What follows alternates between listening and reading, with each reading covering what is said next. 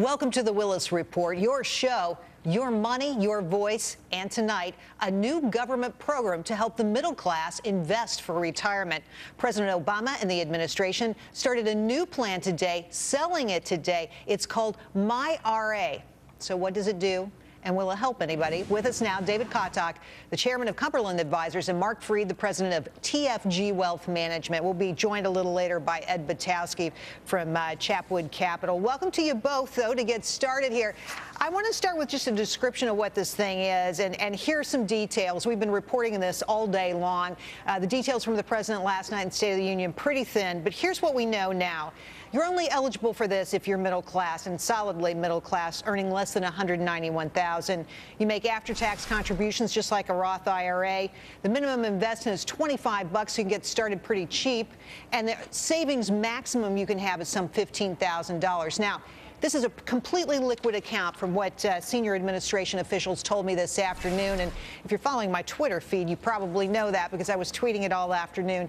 David, to you to get started, wouldn't it be easier if the administration really wanted to encourage savings by the middle class to just get the Fed to stop manipulating interest rates, let them go higher, and then suddenly savings looks like a good deal?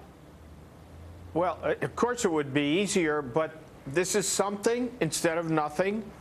Anything that adds to savings, Jerry, is an improvement over zero. So it's a mini program. It's a mini step. It doesn't change the big picture about a lot of things, which are not encouraging growth, income, and that. Mark, let's talk about that big picture, because what we know is that 53% of Americans don't have enough savings for retirement. We know that's a problem. We know that's an issue. Is this program going to fill that gap? I don't really see how this program will fill the gap. I mean, right now, the average American has a regular IRA, a Roth IRA. There are Roth 401k accounts that have been available since 2006. So there are already many options.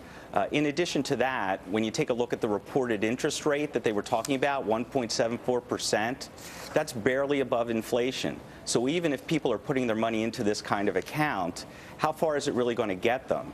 I do want to thank the president for starting this conversation, though. Well, let me tell you, come on, Mark. This conversation has been started many times, and it goes on and on and on. If you ask me, I've been covering it a long time. David, to you, Mark brought up something really interesting, which is that, there are lots of guarantees in this program, and digging into this today, and I don't know how public this information is already, guaranteed principal, you're not going to lose money on your principal. You can get out anytime you want. So think about that. What if there is a cataclysmic event in the markets like we saw 2006, 2007, and everybody runs out of these investments? Does the government have to stroke a check to everybody across the country? How does that work?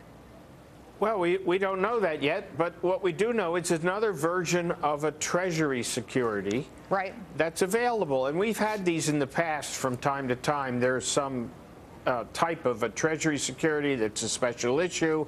It's for lower income. It's got a cap. It's happened before. It's an interesting thing, Jerry.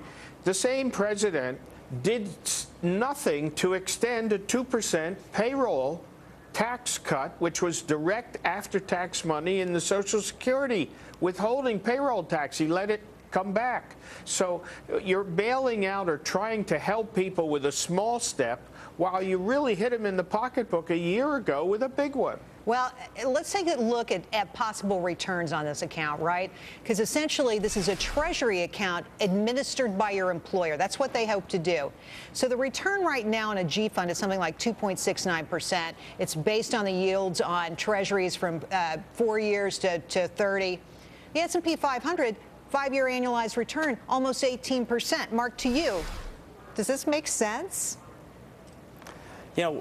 There's so many things that we don't know about this program yet. It's hard to say, but from what you just said about the S&P and all the other investment options, I'm really hard pressed to recommend to my clients to use this as opposed to all the other investment options that are out there. What they were saying this afternoon, senior administration officials, they want it to be simple, safe, and secure. They see it as a starter program for investors. They want it to be a middle-class investment plan.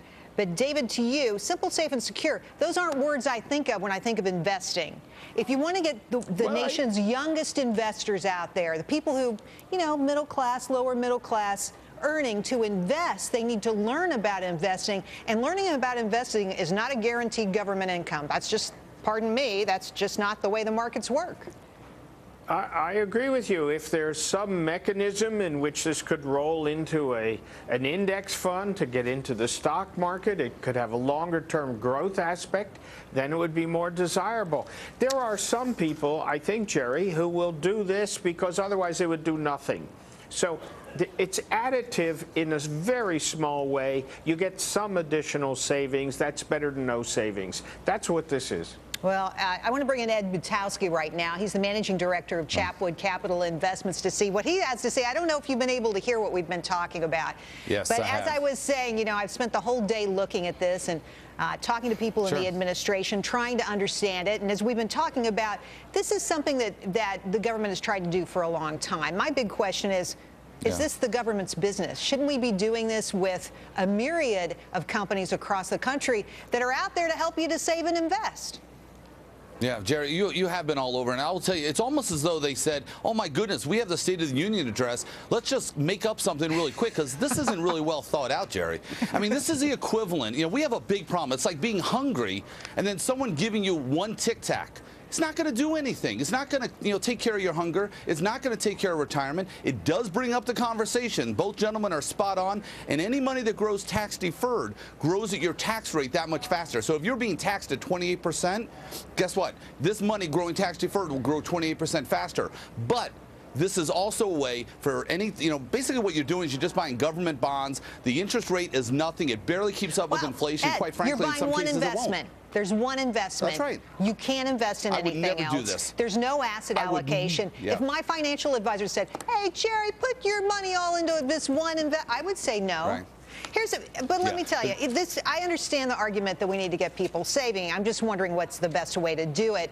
And with 401ks, that is, what we've seen is that 53% of people, unless they're forced to, most people, a lot of people do not invest. Only 53% invest. Mark, to you, is this even going to be used? That's an excellent point because, again, the employers have to participate. And so employers that already have a 401k, why would they do it? And for employers that don't have a savings plan, they've already made that choice. So, you know, I really believe that it starts with education. You take a look at what's going on in the high schools and the middle schools. You know, we have to just do a lot more in explaining and teaching our children, you know, around the dinner table that you have to save for retirement and you have to start early so you can use, you know, compound interest. All those concepts. All those concepts folks need to know about. David, another thing we learned today, we heard the president say that, you know, rich people, they get this tax treatment that's better than what other folks get when they're saving for retirement. But nobody less than the Employee Benefit Research Council, EBRI, came out today and said, nah, that's not really true. What do you say? Well, you know, the class warfare political attack has been going on for 5 years, and it didn't change in this speech. No. On the other hand, there are lots of small businesses. There are lots of small businesses that have 401k. I mean, our firm has a safe harbor 3% 401k, which we give. People don't have to contribute more unless they want to, and we provide it to them. We're an employer that likes to do that, and we encourage it. How many of them would elect my IRA as well, or my RA as well? I don't know. If we have to make it available, we'll make it available. That's part of what you do. Well, but the whole notion look, of... I have no idea how many employers out there are actually going to make it available. Ed, I want to give you a chance to weigh in because you came in late. And as you look at this, simple, safe, and secure, is that what investing's all about? That's what this program is supposed to be all about. No, this thing is amateur hour. This is a way for you to put some money somewhere and guarantee a loss of purchasing power. I would never recommend this to a client based on what I know now. I'm sure they'll start adding on to it, but I really think this was, just thrown together. I wasn't kidding at the last minute. No one in my business, and the other gentlemen, you have really good pros on this show, the other two gentlemen, they're not going to use this. Their clients aren't going to use this, and most people aren't going to use this. Well, I got to tell you, Treasury Department has apparently been working on this for some time, so it just goes to show you don't know what government's going to come up with. Ed, David, and Mark, thanks for coming on. I'm sure this isn't the last time we'll talk about this. We'll have to have you back. Great job, all three of you. Thank you so much. Thanks, Jerry.